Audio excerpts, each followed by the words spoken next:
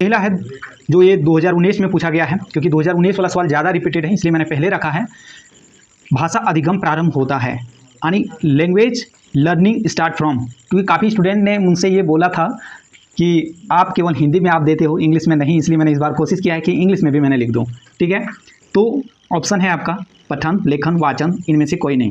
तो यहाँ पे इसका राइट आंसर हो जाएगा इनमें से कोई नहीं, क्योंकि आप जानते हैं कि भाषा अधिगम, भाषा लर्निंग जो स्टार्ट होता है, पहले आप क्या करते हो, सुनते हो। ठीक है, तो वहाँ से स्टार्ट होता है। सुबोपली, सुनना, बोलना, लिखना। ठीक है, तो रीडिंग ये ऑप्शन में आपका दिया ही नहीं है, स्पीक बोल करने मतलब सुनना, लिसनिंग का, तो ये आपका कोई आंसर नहीं होगा। दूसरा क्वेश्चन है वाचन का तात्पर्य अनुक्रम से है। Speaking employees the sequence. इसका राइट आंसर हो जाएगा बोथ ऑफ अबव, यानी सामग्री की अभिव्यक्ति और अभिव्यक्ति की सामग्री।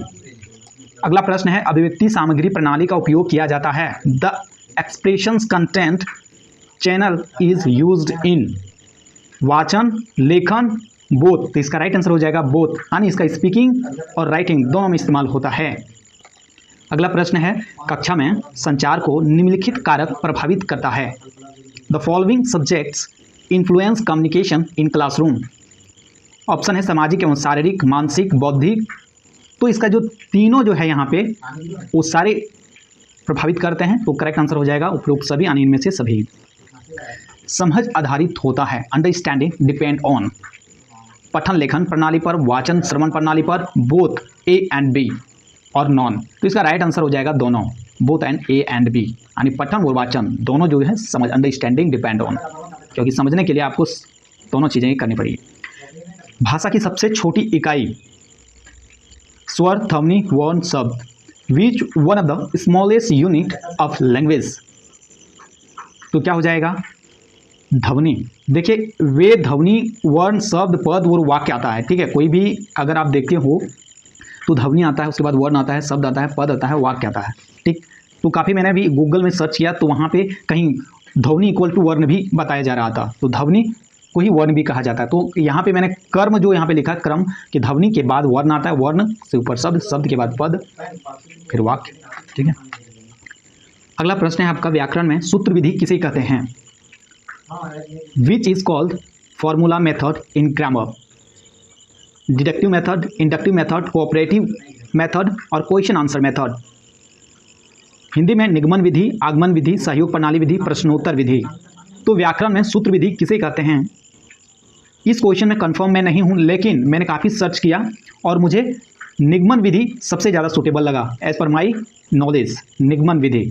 और निगमन विधि में क्योंकि यहाँ पे ज़्यादा फॉर्मूला, ज़्यादा ये ओल्ड वर्जन का थोड़ा सा है, निगमन विधि, डिडक्टिव विधि, इसलिए सूत्र विधि इसे कहा जा सकता है। अगर किसी को इसका राइट आंसर अगर पता हो तो कमेंट बॉक्स में करके जरूर मुझे बताना कि निगमन विधि राइट है कि नहीं। अगला प्रश्न, who says education is a tripolar process. शिक्षा त्रिमुखी प्रक्रिया है, ये किसने कहा है, तो इसका राइट आंसर हो जाएगा जॉन डेवी। आगे हम लोग चलते हैं, कौन विशेषता भाषा अर्जन से संबंधित है। Which of the following is specially related to language acquisition. तो तीसरी भाषा, दूसरी भाषा, पहली भाषा, इनमें से सभी। तो इनमें से सभी यहाँ नहीं हो सकता है भाषा अर्जन से संबंधित, क्योंकि भाषा जो अर्जन है वो नेचुरली होता है, वो नेचुरली आपका लगभग मदर टंग में ही होता है ज़्यादातर। तो मदर टंग को आप हम नेचुरली वाले में थोड़ी थोड़ी रखा जाता है, इसलिए पहली भाषा को ही आप कह सकते हैं। विच of the following classes the student learns about language. किन कक्षाओं में बच्चे भाषा सीखते हैं, केवल भाषा कक्षाओं में, केवल गणित की कक्षाओं में, सामाजिक विज्ञान की कक्षाओं में, या उपरोक्त सभी कक्षाओं में। तो इसका राइट आंसर हो जाएगा all of classes, above classes. ऊपर में जो भी क्लासेस है तो बच्चा जहाँ भी बैठ जाए वहीं कुछ ना कुछ सीख जाएंगे, तो यहाँ पे सारी कक्षाएं होंगी। भाषा प्रयोगशाला, लैंग्वेज लेबोरेटरी में भाषा के किन किन पक्षों का अध्ययन किया जाता है। तो ऑप्शन है आपके पास वॉइस रिकॉग्नाइजेशन, ध्वनि भेद बोधन, सेंटेंस, पैराग्राफ, वाक्य अनुच्छेद, प्रोनाउंसिएशन, सिमुलेशन, उच्चारण अनुकरण, ऑल ऑफ द अबव। इसका राइट आंसर होगा ये तीनों को इसमें किया जाता है। और इसमें देखिए what is laboratory, language laboratory, तो ये भाषा प्रयोगशाला है, विदेशी भाषाओं के अध्ययन हेतु एक विशेष प्रयोगशाला बना दिया जाता है। और वहाँ पे मेनली जो होता है क्या कि वो क्या उच्चारण कर रहे हैं और क्या लिखना है, ये दोनों पर ध्यान दिया जाता है। ठीक है। तो यहाँ पे जो भी वो बोल रहे हैं उच्चारण वाला तो होगा ही, और ध्वनि पर तो 2 जब हो रहा है तो तीसरा को आप तो टेंशन ही नहीं, all of the about, right. भाषा अर्जन एक्विजिशन और भाषा अधिगम लर्निंग में अंतर स्पष्ट करें। ये क्वेश्चन आपका 2019 में पूछा गया था, ठीक है। तो ये आपका जो शॉर्ट वाला क्वेश्चन होता है 5 मार्क्स वाला, उसमें आपको लिखने के लिए है।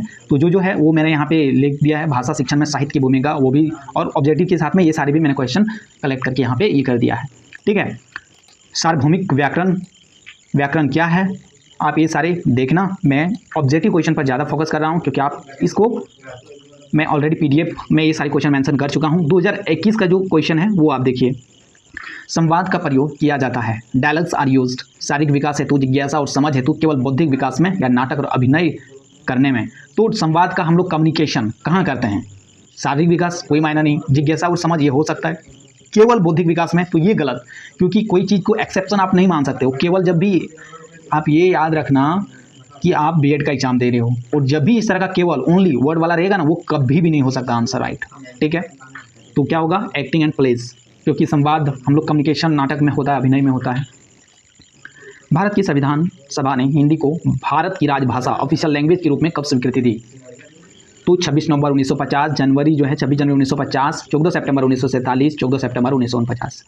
आपको ये चीज़ पता होना चाहिए फ्रेंड्स कि जो हिंदी दिवस 14 सितंबर को मनाया जाता है, तो ये दोनों ऑप्शन तो खत्म। अब 1947 और इसमें कन्फ्यूजन आ सकता है, तो आप याद रखें कि 14 सितंबर 1949, आप जानते हैं कि 1949 को ही हमारा संविधान के बहुत सारे अनुच्छेद लागू हो चुका था। उसी दिन हमारा जो जानते हैं कि प्रस्तावना, अगर आप पढ़ते हैं, हम भारत के लोग एडॉप्ट अंगीकृत अधिनियम द्वारा आत्मार्पित करते हैं, तो यही 29 नवंबर 1949 को, तो यही 14 सितंबर को ही हिंदी दिवस मनाया जाता है। इसी दिन इसको स्वीकृति भी मिल गया था। छात्रों द्वारा शिक्षक के आदर्श लेख का वैसा ही अनुकरण करना कौन सी लिपि कहलाती है? तो ये राइट आंसर हो जाएगा अनुलिपि, यानी कि डुप्लीकेशन।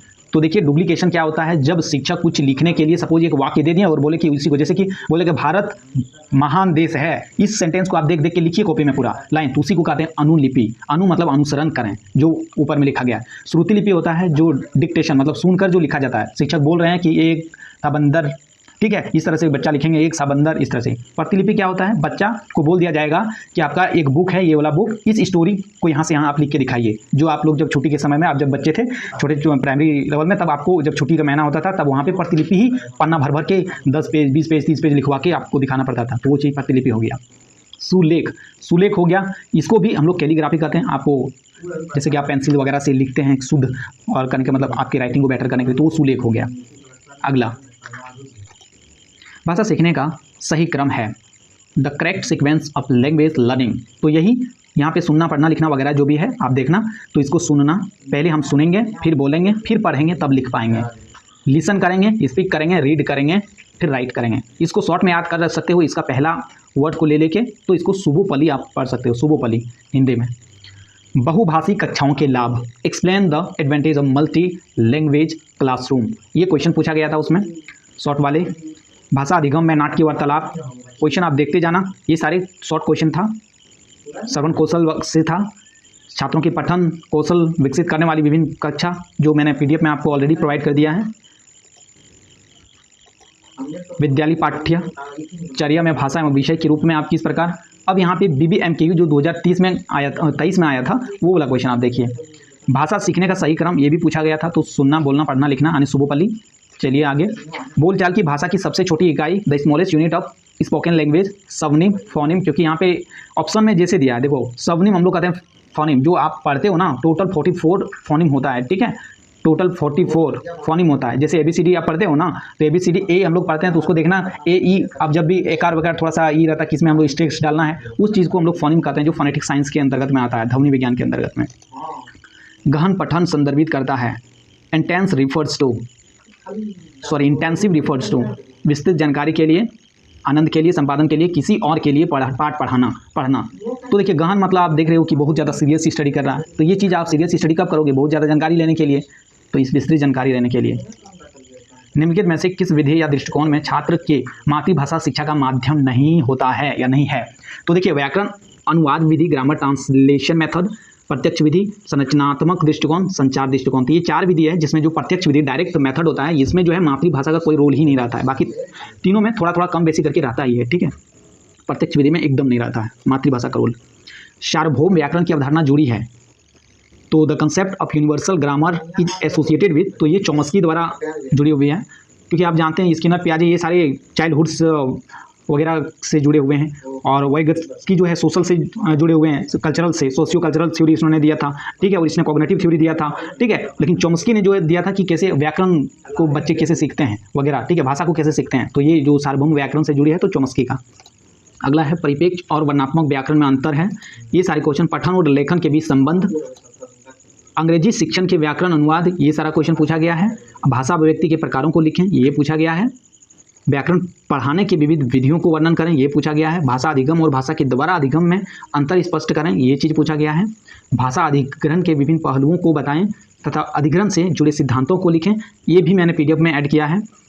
और राइट शॉर्ट नोट 1 टिप्पणी लिखने के लिए कहा था। भाषा प्रयोगशाला, लैंग्वेज लेबोरेटरी, शब्दकोश के प्रकार, टाइप ऑफ डिक्शनरी, तो ये सारे मेनली यहाँ पे पूछा गया था, ठीक है, क्योंकि 5-5 क्वेश्चन हर ईयर में पूछा जाता है, तो लगभग इंपॉर्टेंट क्वेश्चन आपका मिल जाता है, और लगभग जो भी क्वेश्चन आएंगे इसी तरह का आएंगे और यहीं से आएंगे।